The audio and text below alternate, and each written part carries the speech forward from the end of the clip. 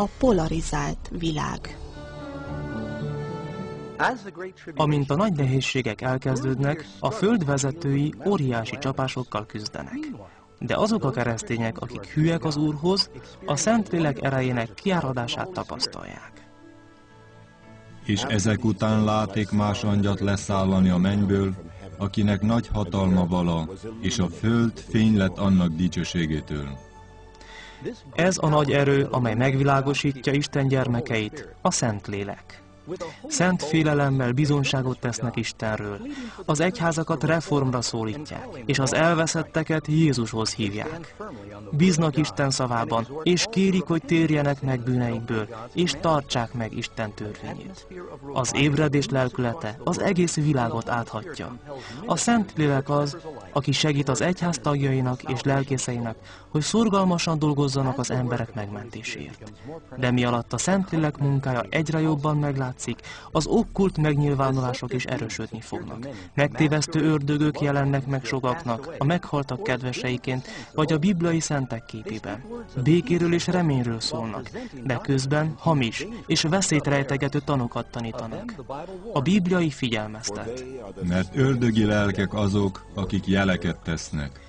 Elképzelhető, hogy ezek a természet feletti megnyilvánulások nagy befolyással lesznek az emberekre, és kevesen fognak azok ellen szólni.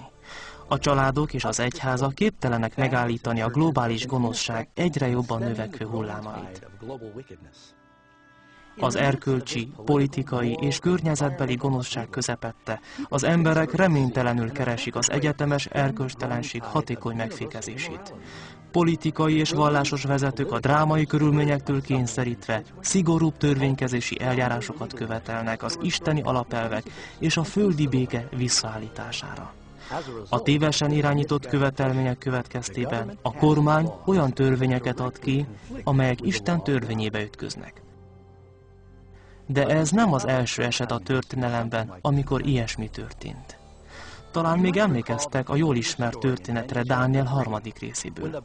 Babilon királya, Nabukodonozor megparancsolta, hogy mindnyájan hajoljanak meg és imádják a felállított arany állóképet.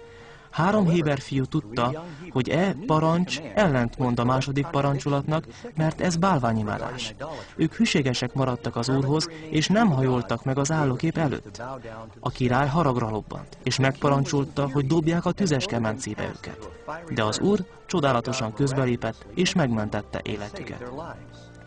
A másik történet Dánielről szól az oroszlánok fermében. Amikor a perzsa király azt kérte, hogy rajta kívül senkit se imádjanak 30 napig, Dániel tudta, hogy ez a rendelet áthágja Isten első parancsolatát. És így Dániel bátran, szokása szerint nyitott ablakkal imádkozott, annak ellenére, hogy ezzel életét kockáztatta. Dániel ellenségei azonnal jelentették az áthágást a királynak, aki neheztelve mégis megengedte, hogy hűszolgáját bedobják az oroszlánok fermébe. De Isten ereje újra nyilvánvaló lett, amint csodálatosan megőrizte Dániel életét. Az akkori napokhoz hasonlóan a Jelenések könyve megjövendöli, hogy egy gonosz hatalom olyan törvények kiadására vezeti a föld vezetőit, amelyekben az embereknek megszabják, hogyan imádják Istent. Ezek a törvények látszólag az erkölcsösséget védelmezik, de valóságban arra készítik a földet, hogy nyitottan fogadja a fenevad bélyegét és az Antikrisztust. Mert hamis Krisztusok és hamis proféták támadnak, és nagy jeleket és csodákat tesznek annyira, hogy elhitessék, ha lehet, a választottakat is. A hatalmas válság idején, amikor a Föld reménytelenül keresi az enyhülést és a globális biztonságot, a segítség a legváratlanabb formában fog megjelenni. A világ különböző helyein egy kiáltás hallatszik. Jézus megjött, Jézus visszatért! Sugárzó, karizmatikus személy jelenik meg, és vallja, hogy Isten fia. Riporterek serege gyűl össze, hogy tanúi legyenek a csodáknak.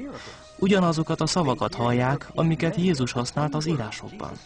Ezt az eseményt a műholdak által az egész világon közvetítik, és milliók fogják tévesen azt hinni, hogy a tévében való megjelenése betöltötte az írásokat, minden szem látni fogja őt.